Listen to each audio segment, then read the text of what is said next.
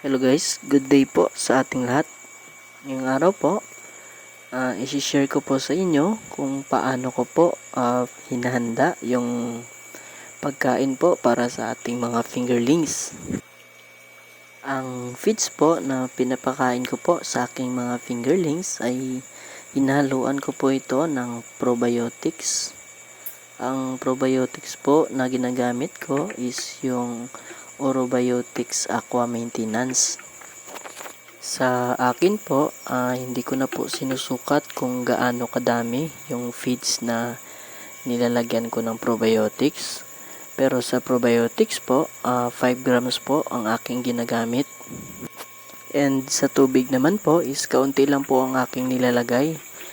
Yung sakto lang po na mag-expand yung feeds na ihalo ko.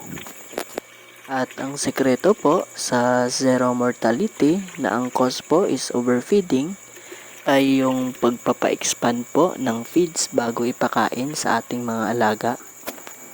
Kapag naka-expand na po yung feeds na pinakain po natin sa ating mga alaga, ay maiiwasan po natin or mababa po yung chance ng mortality na ang cause po ay overfeeding. Paano nga ba or bakit nga ba na-overfeed ang ating mga alaga? Ang commercial feeds po kapag nabasa po ng tubig ay nag-i-expand po yan at dumodoble po ang kanyang laki.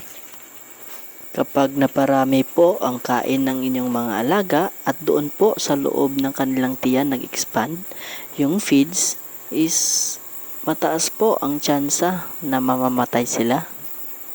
Kapag hindi naman po kayo nagpapa-expand ng feeds bago ipakain sa inyong mga alaga, mas maganda po ang gawin ninyo ay pakunti-kunti lang po ang pagbibigay sa kanila at kailangan nakaspread ng maayos ang pagtatapon ng feed sa kanila. Sa pamamagitan po nun ay mababawasan po ang tsansa ng overfeeding. Sana po nakatulong sa inyo ang videong ito. Kung nakatulong po sa inyo ito, paki-like and share naman po and paki-subscribe na rin po para ma-notify po kayo sa mga bagong uploads ko. At kung mayroon po kayong mga katanungan, i-comment nyo lang po sa videong ito at susubukan ko pong sagutin ang inyong mga katanungan. Yun lamang po at maraming salamat.